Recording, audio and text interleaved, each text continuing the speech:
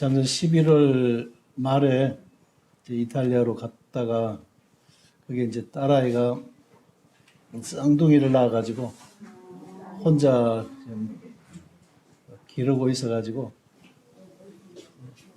저희들이 좀 그때 당시에 이태리의 유럽 쪽에 다시 이제 뭐 2차 팬데믹 뭐 이런 현상들이 생겨가지고 상당히 이제 이 확진자들이 급증하고 그런 가운데 간다고 하는 것이 상당히 좀 부담이 있었어요. 제게는 좀 이 기저질환이 있습니다.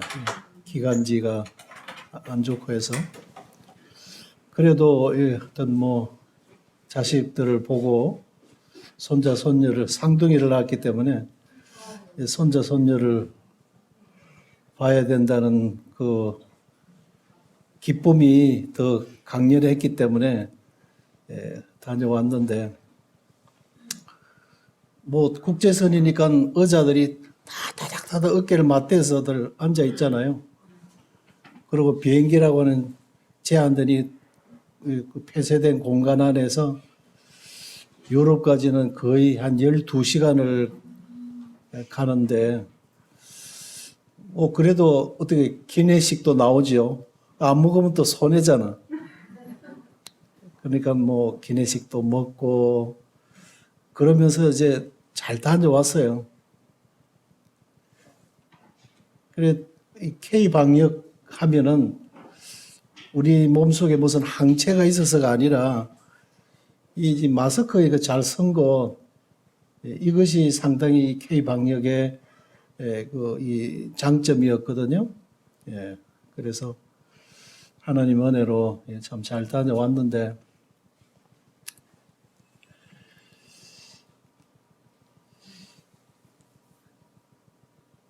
뭘 이야기하다가 내가 그걸 이야기를 했는지 모르겠네.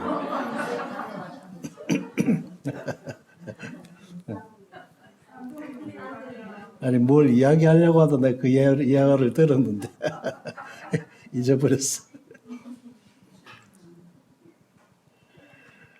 아무튼 주님의 은혜로 이렇게 잘 다녀왔는데요.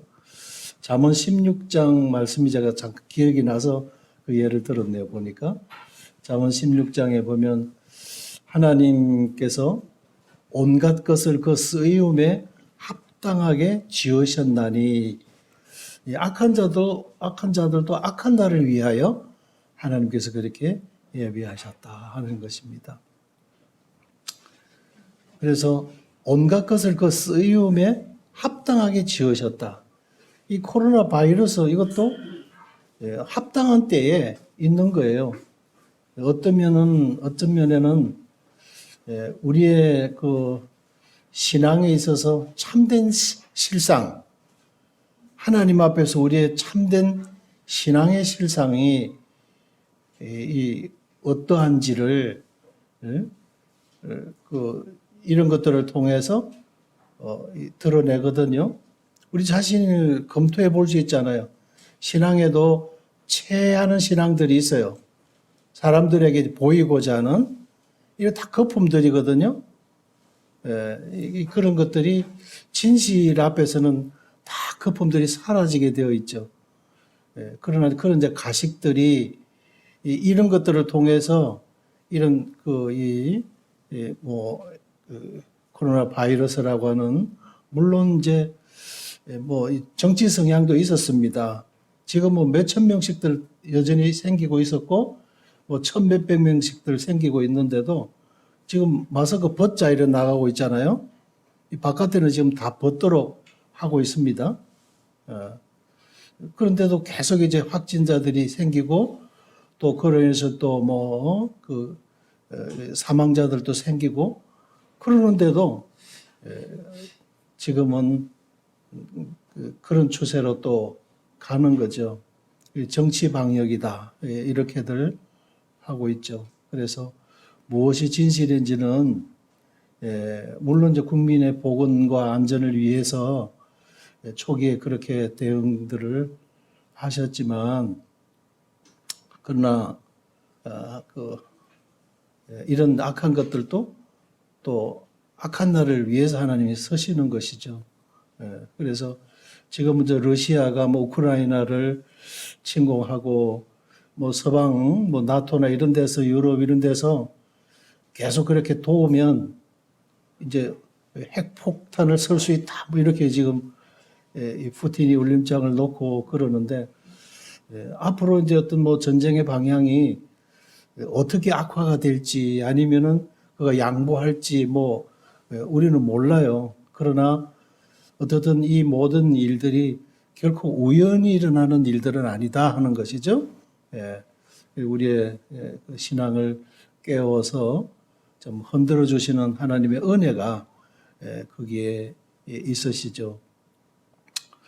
이제 그래요. 5월 가정의 달을 맞이해서 오늘 뭐 아마 한 45분 해서 투타임으로 이어질 것 같은데요. 그 2시간에 걸쳐서 2번을 걸쳐서 드릴 말씀은 그리스도인의 가정생활입니다.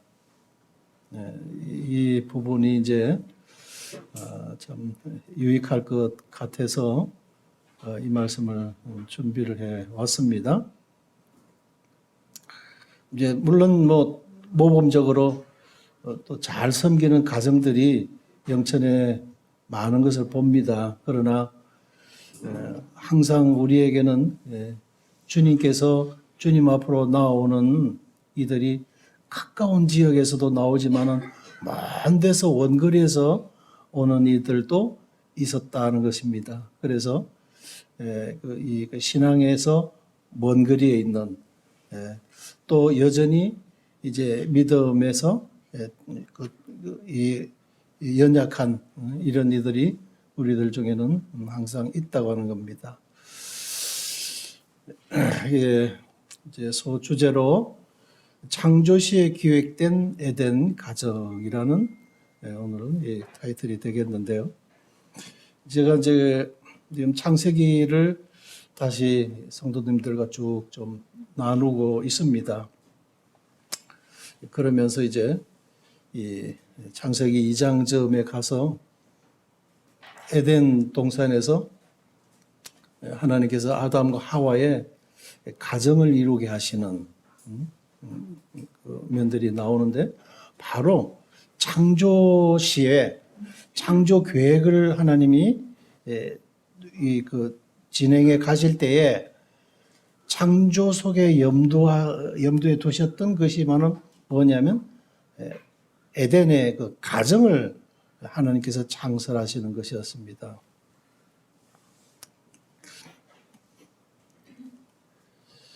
그래서 울산에서 꽃다발을 좀 가져왔습니다. 뭐 카네이션도 있고 하는 거 보니까 아마 서성의 달도 5월에 있는 것 같습니다. 또 부모님의 은혜에 대한 또 감사에도 카네이션들을 달죠. 아담 창조 안에 기획된 하와. 창세기 2장 18절에 여호와 하나님이 이르시되 사람이 혼자 사는 것이 좋지 아니하니 내가 그를 위하여 돕는 배필을 지으리라.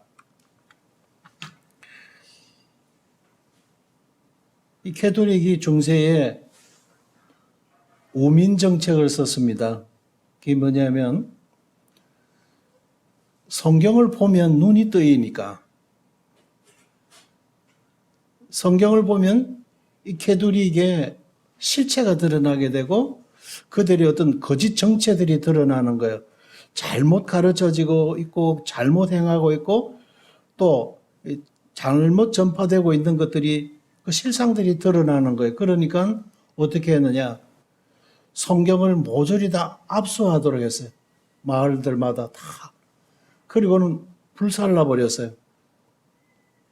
그리고는 캐톨릭에서 하나의 어떤 교리를 만들고 그 교리 중심으로 다들 이제 소경들을 만들어서 그들의 교리에 맞는 캐톨릭인들을 만들기로 그들이 음모를 꾸미는 겁니다. 그러면 어떻게 이제 성경에 대한 이야기를 할 것이냐 할 때는 그림을 통해서입니다. 예. 이제 그 피렌체가 그 르네상스의 그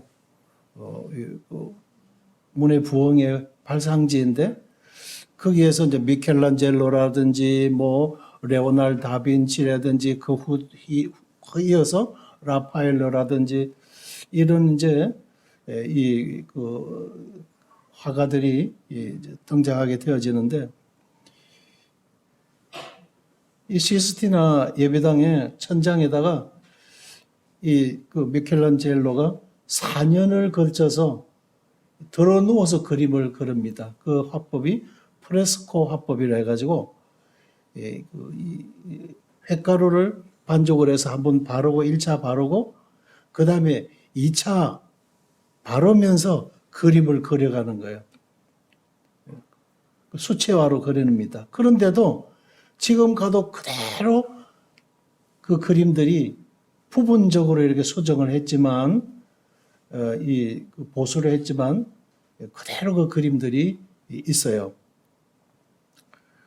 그래서 이 석회가 마르면서 물감을 흡수해서 함께 이렇게 굳어졌기 때문에 그 색이 변질되지 않는 것입니다. 그것이 아주 중세의 유명한 그 프레스코 화법인데 여기 이제 천지창조 그림이죠.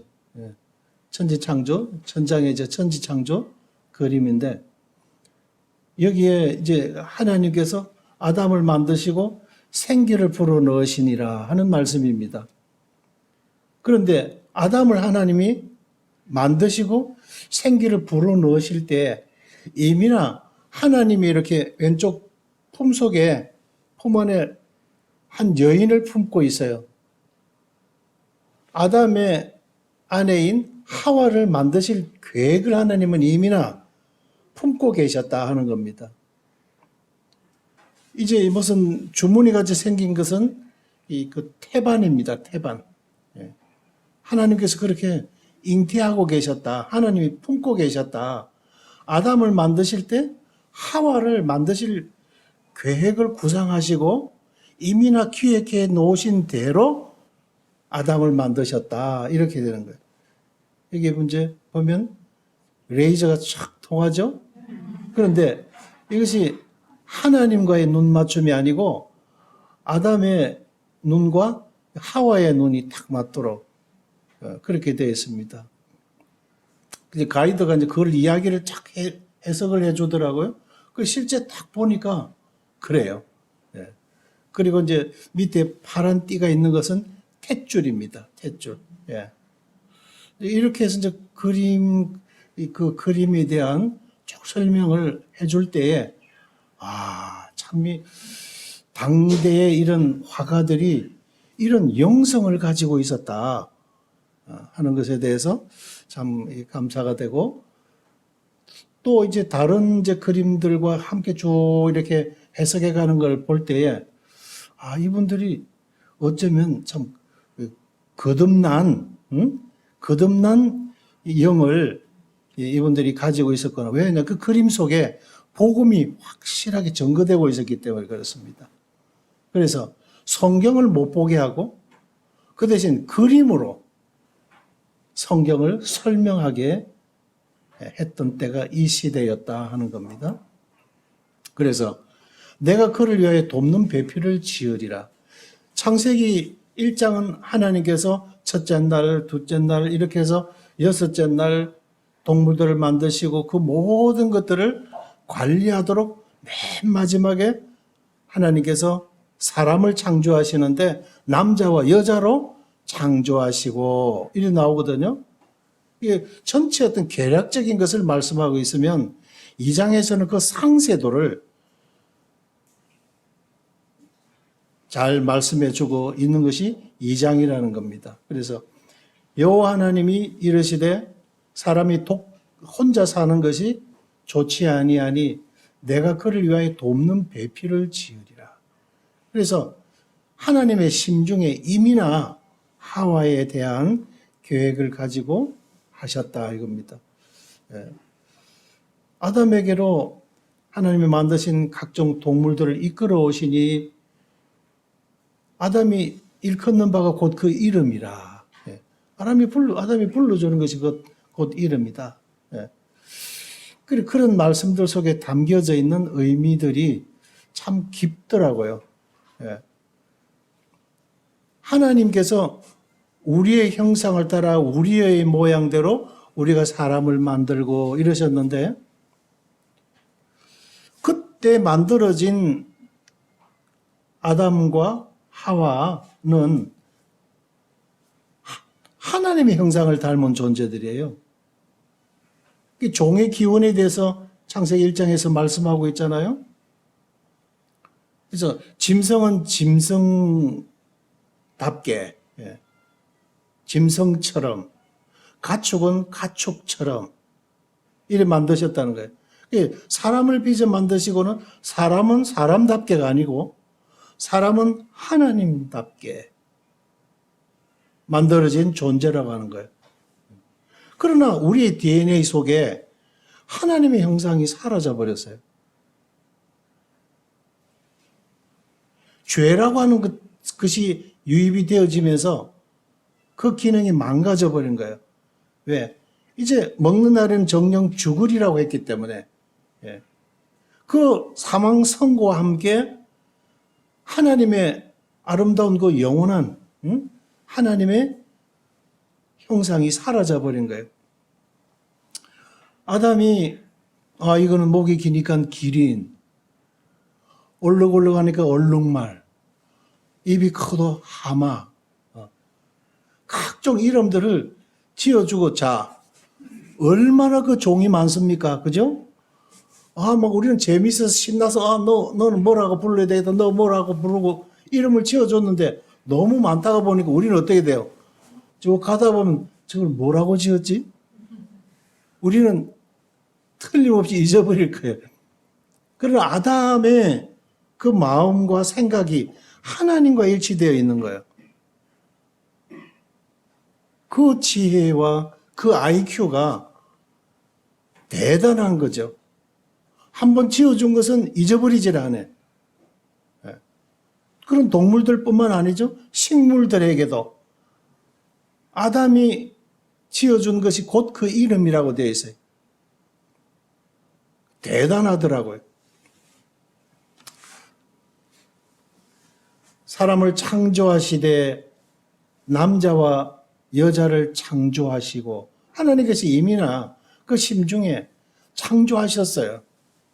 그 상세도가 2장에 넘어가면서 더 구체적으로 이렇게 자세하게 되어져 있다고 하는 것이죠. 그래서 이 아담과 하와를 에덴이라고 하는 곳에 거주하도록 이렇게 하셨는데, 그 가정, 아담의 그 가정이 바로 그들의 생존의 근거와 또 삶의 출발점이 되게 하셨다고 하는 것입니다. 처음에는 아담도 그랬어요. 각종 동물들을 이름을 지어주고 이 자웅들이 서로 사랑하고 이러는 모습들을 보면서 자기는 외롭다는 걸 느꼈죠. 그때 하나님께서 아담을 잠들게 하시고 갈빗들을 떼어내셔서 하와를 만드셨던 것이죠. 그래, 서로 필요로 여기지 않다가 필요한 존재로 여기게 되고, 보이지 않던 사람이 보이게 되게 되고, 이건 자연적인 현상이라는 거예요. 하나님이 주신 마음이라고 하는 거죠. 그래서 인간이라고 할 때 사람 인자 사이 간자를 두고 있죠. 서고 있죠. 그래, 두 사람이 함께 버팀목이 된다. 둘이가 누우면 따뜻하거니와 홀로 누우면 따뜻하지 않다고 말씀했어요. 그러시면서 삼겹줄은 강하니라 이렇게 말씀했어요. 사람이라는 존재는 더불어 살아가는 존재다. 더불어 살아가는 존재. 하나님 자체가 삼위일체로 되어져 계세요. 예. 그래 하나님이 성부, 성자, 성령 그래 연합의 본을 보이신 하나님 자체가 그런 사회적 존재이시다. 예. 그래서 그런 가운데서 불화가 있을 수가 없으신 거죠. 그래서 인간은 가족 공동체를 이루게 하셨고 또 그 가족들이 또 모이면은 사회라고 하는 공동체를 이루게 하셨어요. 지금은 우리가 그리스도 안에서 새롭게 된 기독교 공동체를 하나님이 이루게 하시면서 그리스도 안에서 새로운 이런 그 가족이 형성되게 해 주셨습니다. 자, 기획된 하와의 창조와 재창조의 의미를 신구약을 통해서 한번 살펴보면요. 아담을 깊이 잠들게 하시니 잠들매. 창세기 2장 21절의 말씀입니다. 그래서 그 갈빗대를 하나님께서 뜯어내셔서 살로 메꾸시고 뜯어낸 그 갈빗대로 하나님께서 하와를 만드셔서 아담에게로 이끌어 오시니 아담이 그를 보고 이는 내 뼈 중의 뼈요 살 중의 살이라. 이것을 남자에게서 취하였은즉 여자라 칭하리라. 그래서 가정을 이루죠. 두 사람이 벌거벗어서나 부끄러워하지 아니하더라. 왜? 한 몸이니까. 그래서 이렇게 해서 짝을 얻도록 하나님께서 하셨습니다. 사도행전 13장 23절에 보면 성경에 그를 가리켜 기록한 말씀이 다 응하게 한 것이라. 주님께서 십자가의 고난 받으시는 것들에 대한 사도행전 13장이 그런 내용들이 나와요. 그러면서 다 응하게 한 것이라. 후에 예수님께서 다 이루었다고 하셨어요. 그리고 그 후에 나무에서 내려 무덤에 두었다. 이렇게 나오거든요. 갈빗대 하나를 취하고 예수님께서 십자가에 못 박이셔 마지막 말씀이 다 이루었다 선포하셨어요. 내가 너희들 죄값 다 갚았다 이거거든요. 뜻이 하늘에서 이룬 것 같이 땅에서도 이루어지이다. 이렇게 기도하라고 하셨어요. 이거 이제 당신께서 이루셔야 될 그 사역을 이제 완수하셨다고 하는 것입니다. 선포하셨어요. 우리의 죄값을 다 갚으셨어요. 그러면 됐잖아요. 그런데 거기까지 아니에요. 좌우에 죄수들이 있었죠. 그리고 가보니까 마지막 이 무의식 가운데 몸을 뒤틀고 여전히 그 살기 위해서 그 형틀에서 몸을 뒤척이고 있는 거예요. 그러니까 이 군병들이 이 다리를 꺾었어요. 그래서 그 고통이 극에 달하도록 해서 이제 그 목숨이 더 이상 그 육체에 버틸 수 없도록 해서 떠나게 했어요.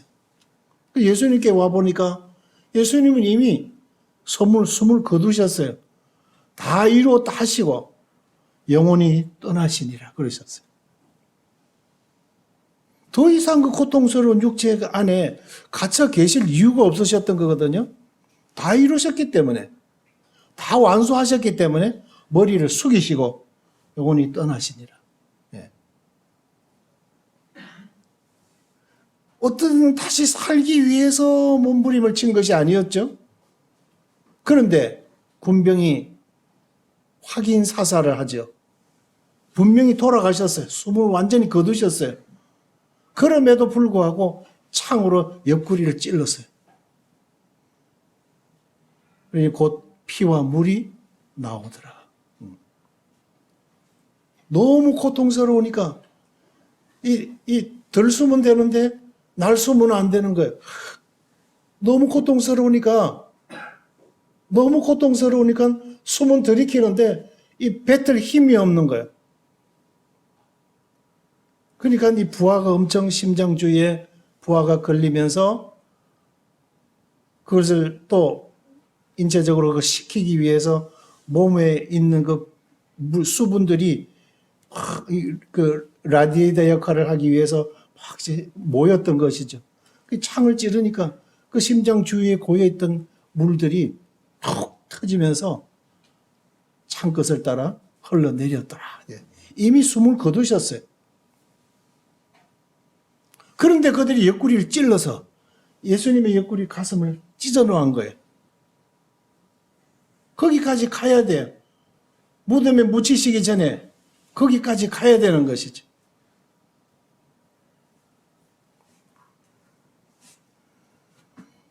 갈빗대 하나를 취하고 이래 되어 있죠. 말라기서 2장 15절에 네가 젊어서 취한 아내에게 괴사를 행하지 마라 그러셨어요. 그러면서 하나님의 영은 유효하실지라도 오직 하나를 만들지 아니하였나. 왜냐? 경건한 자손을 얻고자 하기 때문이다. 그래서. 그러니까 하나님께서 배필이 둘이가 필요했다면 아마 갈빗대를 2개를 뽑으셨을 거예요. 셋이 필요했을 것 같으면 갈빗대를 한 3개를 뽑으셨을 거예요. 그런데 왜 하필이면 아담의 갈빗대를 뽑으셨어요? 재료가 부족해서? 하와를 만들 재료가 부족했어요? 만들고 보니까 아차 실수했네. 배필을 만들어서 해야 되는데 미안해 잠들어. 이렇게 해서 실수를 한 게 아니라고 하는 것이죠. 하나님의 영은 유효하실지라도 하나님께서 넉넉하신 능력이 계실지라도 아담의 갈빗대를 뽑아내신 이유가 있으셨다는 것이죠. 그러기 위해서 아담을 깊이 잠들게 하셨어요. 그리고는 그 가슴을 찢었어요. 그리고는 그 속에서 갈빗대를 하나 뜯어내신 것이었어요. 이런 아픔을 하나님께서 고통을 느끼지 않도록 잠들게 한 상태에서 뜯어내셔서 하신 거예요. 하나님께서 계획이 계시기 때문에 그러신 것이.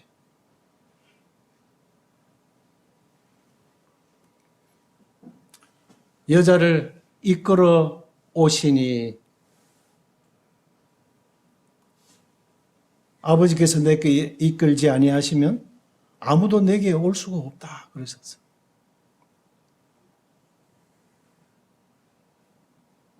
요한복음 1장 12절 13절의 말씀이 그 말씀이죠. 11절에서는 자기 땅에 오며 자기 백성이 영접질 안 했어요. 12절에 영접하는 자 곧 그 이름을 믿는 자들에게는 하나님의 자녀가 되는 권세를 주셨으니 13절에 이는 혈통으로나 육정으로나 사람의 뜻으로 나지 아니하고 오직 하나님께로서 난 자들이니라. 그래서 하나님의 자녀가 되고 우리가 주님이 그토록 사랑하는 신부가 되는 그 일이 이는 혈통으로나 육정으로나 사람의 뜻으로 되는 것이 아니라 우리의 의지, 우리의 신념, 우리의 각오, 어떤 혈통, 족보를 통해서가 아니고 순전한 하나님의 은혜를 통해서인데 내가 잘 선택하고 내가 잘 믿었기 때문에가 아니라 하나님이 베푸신 은혜라고 하는 것이죠. 아버지께서 이끌지 아니하시면 아무도 내게 올 수 없다 그러셨어요. 아담이 이르되 이는 내 뼈 중의 뼈요 살 중의 살이라. 물론 아담의 세레나데입니다.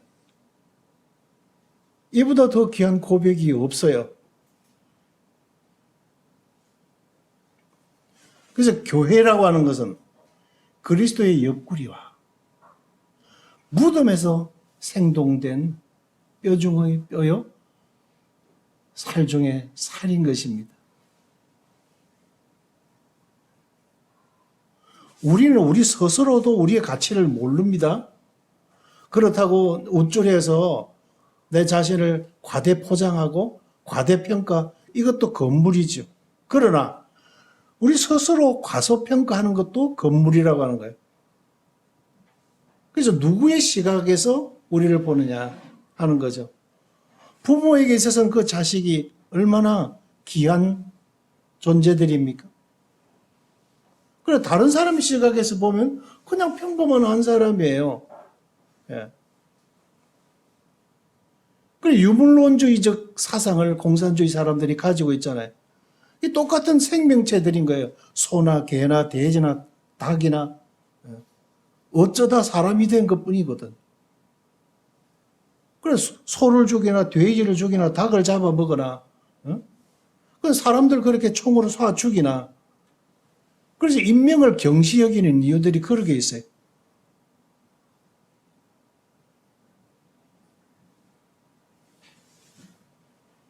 그래서 우리가 예수 그리스도 안에서 세계관을 가지고 본다고 하는 것은 대단한 축복인 것입니다.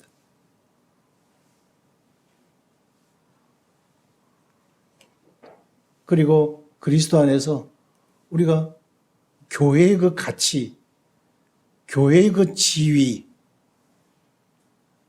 하나님께서 교회를 어떻게 사랑하시는가를 주님의 편에 서고 하나님의 마음속에 우리가 들어가면 교회를 우리가 참으로 사랑해야 되는 것이죠. 첫사람 아담은 생명이 되었다. 생기를 불어넣으시니 생명이 된지라 이거거든요. 그래서 첫사람, 우리 이제 시조라고 하는 것이죠. 시조라고 하는 관점에서. 그러나 마지막 아담은 살려주는 영이 되었다. 그래서 교회에 부여된 이 영광과 은혜는 대단한 것이고, 첫사람 흙으로 빚어졌던 그 아담이라고 하는 존재와 예수 그리스도 오신 두 번째 아담 대신 예수 그리스도와는 비교가 될 수가 없다. 우리에게 새로운 몸, 새로운 영, 생명을 주시는 분이시기 때문에 그렇다고 하는 것이죠.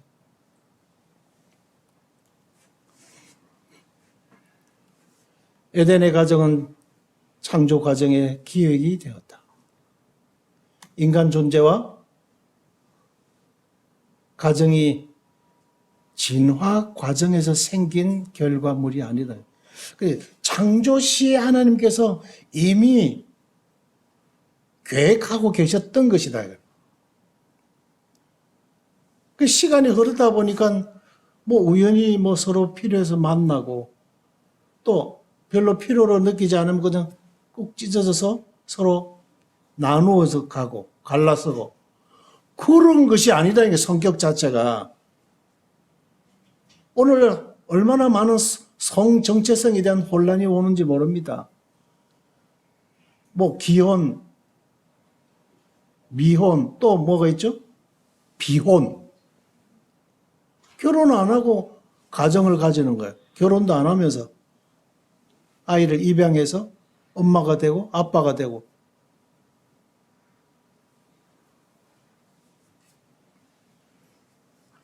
일부 다처제, 일부 다부제.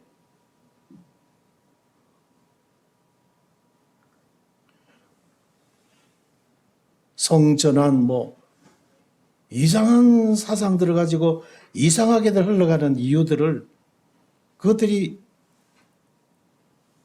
이런 하나님의 말씀이 없기 때문에 그런 거예요. 하나님께서 창조 시에 계획하셨던 가정이라는 것이 얼마나 소중한 존재들인가를 모르기 때문에 그런 거지.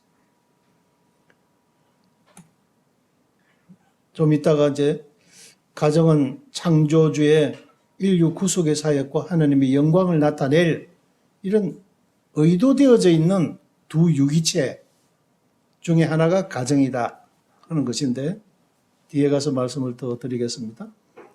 모든 사람은 결혼을 귀히 여기고 침소를 더럽히지 않게 하라.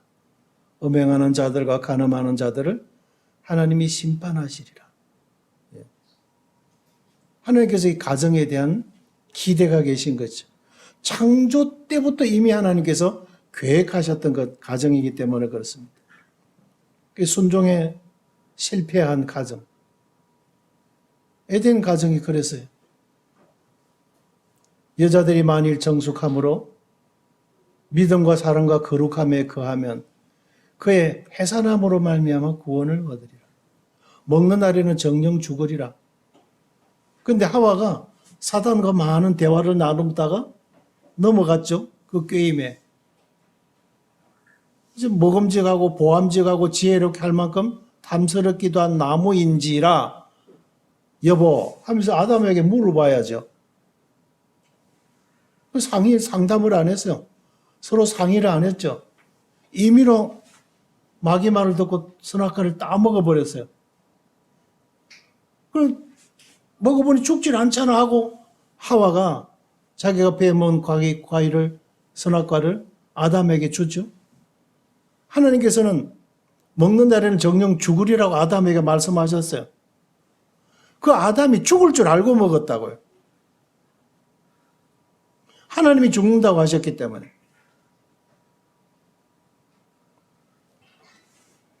이 불순종하는 아내를 위해서 남편이 희생하고 또한 머리로서의 그 역할을 제대로 못하는 남편에게 아내가 순종한다고 하는 것. 두 사람 다 그래. 지금 오늘의 현실이라고 하는 것은 서로 깨어있고 말씀에 순종하면 예배소서 5장에 나오죠. 21절에 서로 피차 복종하라고 그랬어요. 서로 피차 말씀 안에서 복종들이 안 되기 때문에 가정에 이런 위기들이 오지요. 그러나 이것을 삭히고 말씀 앞에 말씀이 그러니까 하고 자신을 그 생각들을 내려놓고 참고 인내한다는 것 자체가 일종의 해산하는 수고요. 자기와의 영적 싸움이라는 것이죠. 왜? 우리의 가정이 이렇게 소중하기 때문에 그렇다고 하는 것입니다.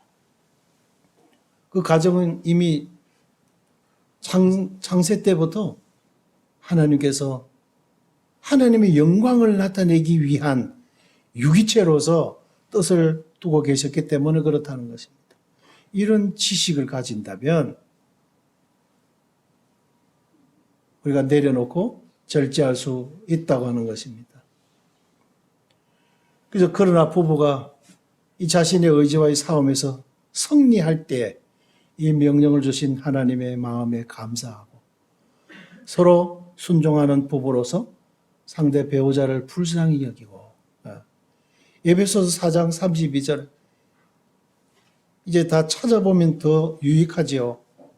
그러나 이렇게 한번 메모하셨다가 기억하시기 바랍니다. 서로 남편과 아내들은 서로 친절하게 하고 서로 불쌍히 여겨주고 그렇게 해야 돼요. 나 같은 못난 남편 만났기 때문에 아내가 저 고생하고 나 같은 못난 이 아내를 이 여자를 만났기 때문에 남편이 더 이렇게 얼굴에 빛나게 하지 못하고 있다. 하나님 앞에서 제대로 된 순종과 서로 사랑과 신뢰와 존중이라고 하는 이런 것들이 말씀대로 내가 살아가지 못하는 것들 때문에 이 사회 현실이 그렇고 이 세상이 그렇기 때문에 그런 겁니다. 그래서 서로 불쌍히 여겨주라. 그리고 서로 용서하기를 그리스도께서 하나님께서 그리스도 안에서 우리를 용서하심 같이 하라. 이 말씀이거든요. 서로 인자하게 하고 불쌍히 여기고 용서하기를 서로 그렇게 해줘야 될 사람들. 왜? 우리 가정을 위해서 그런 것이거든요. 하나님이 세우신 가정을 세워가기 위해서 그렇다는 것이죠. 그래서 남편은 순종하는 아내로부터 가장 큰 행복감을 느끼고 아내는 자기를 격려하는 남편의 사랑을 받을 때 가장 행복해야 합니다.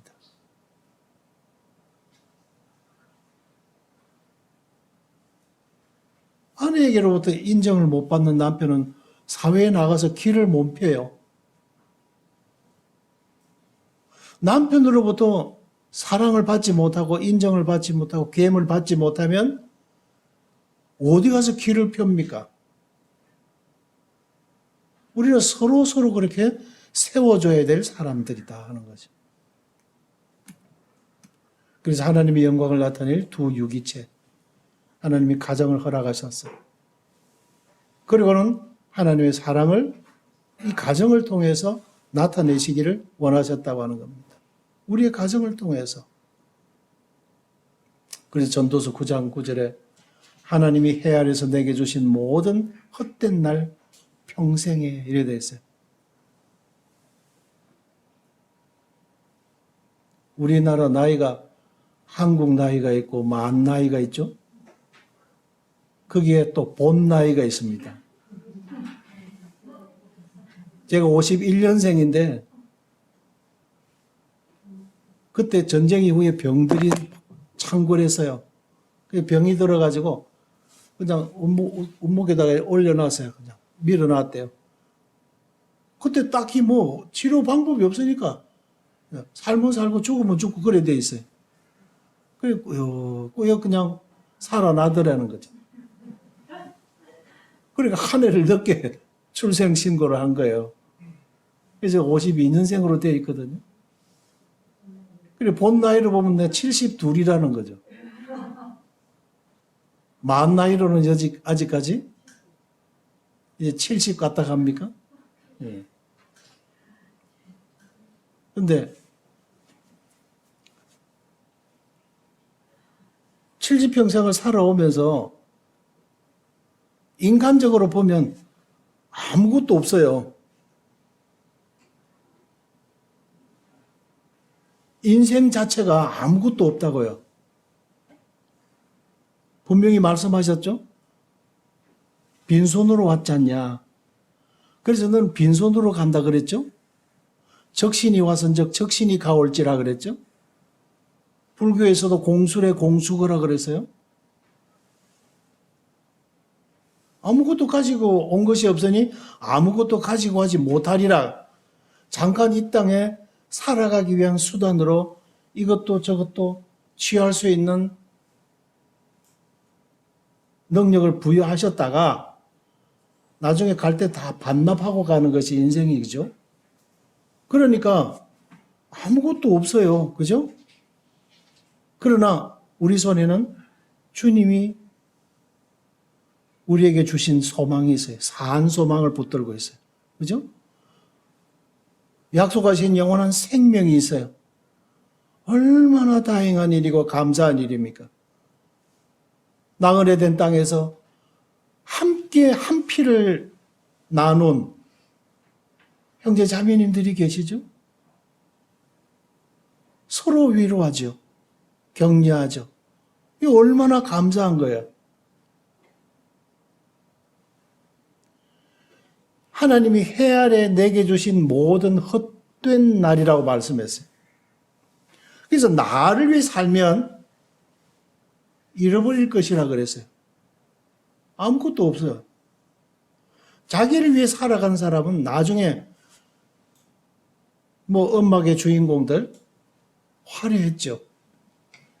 허무해요. 그래, 다 허무해요. 허무하죠.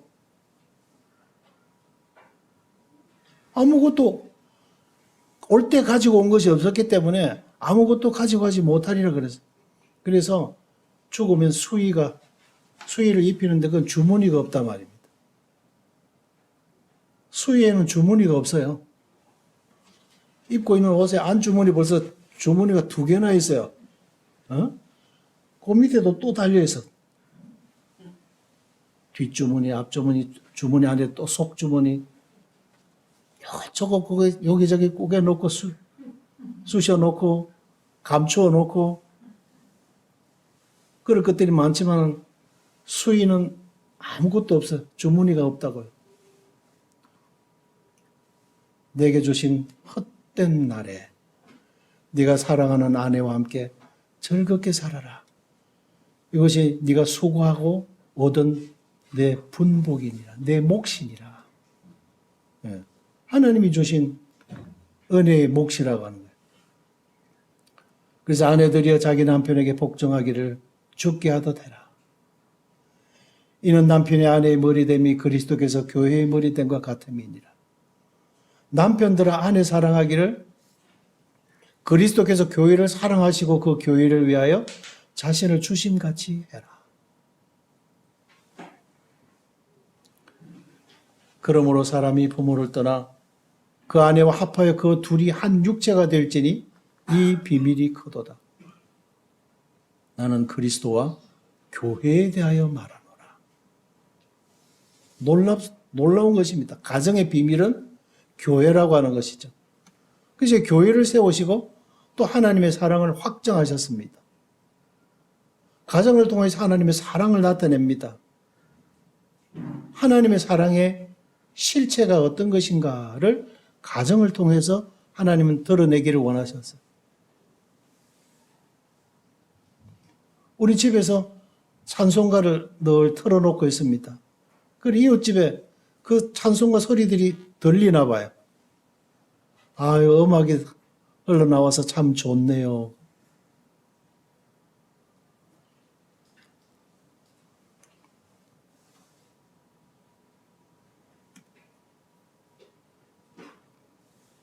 이 말씀이 내가 그리스도와 교회에 대하여 말한다 하는 것입니다. 본질은 같지만 복종된 가정을 통해서만 그리스도와 교회의 아름다운 비밀이 세상에 드러나게 하셨어요. 그리고 사랑이 없으면 복종도 또 따름도 의미가 또 없게 돼요. 그래서 사랑의 리더에게 아내는 즐겁게 복종하게 되어집니다. 이것이 하나의 그냥 지식으로 이론으로 남으면 또한 의미가 없다고 하는 것이죠. 그래서 죄로 망가진 첫째 아담 순종하여 다시 회복시켜신 둘째 아담인 그리스도를 우리가 생각해 보자 하는 겁니다. 그래서 가정의 문제는 교회와 직결이 되어 있어요. 그래서 교회의 영적 침체의 주범은 가정에서 나오는 거예요.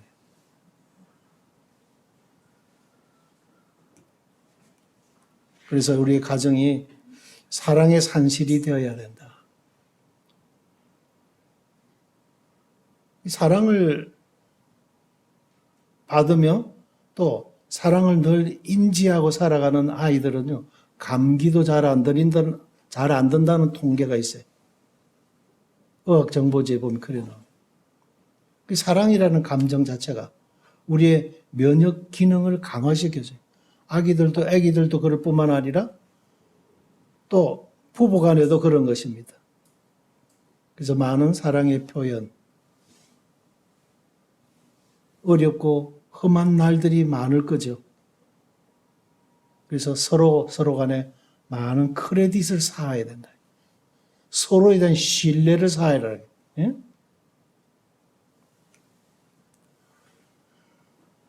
그래서 상대의 유익을 우선 배려하여 행함이 이 거룩한 사명이다. 그래서 나는 할 수 없어도 주님 말씀 앞에 우리들이 순종해야 될 책임이 있다 하는 것입니다.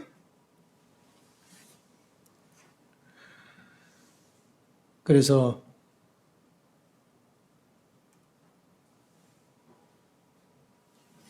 이기적인 욕구, 이것은 결코 하나님 앞에 그 하나님의 영광을 나타낼 수가 없게 되어져 있다 하는 겁니다. 그래서 주님께서 서로 사랑의 감정을 주셔서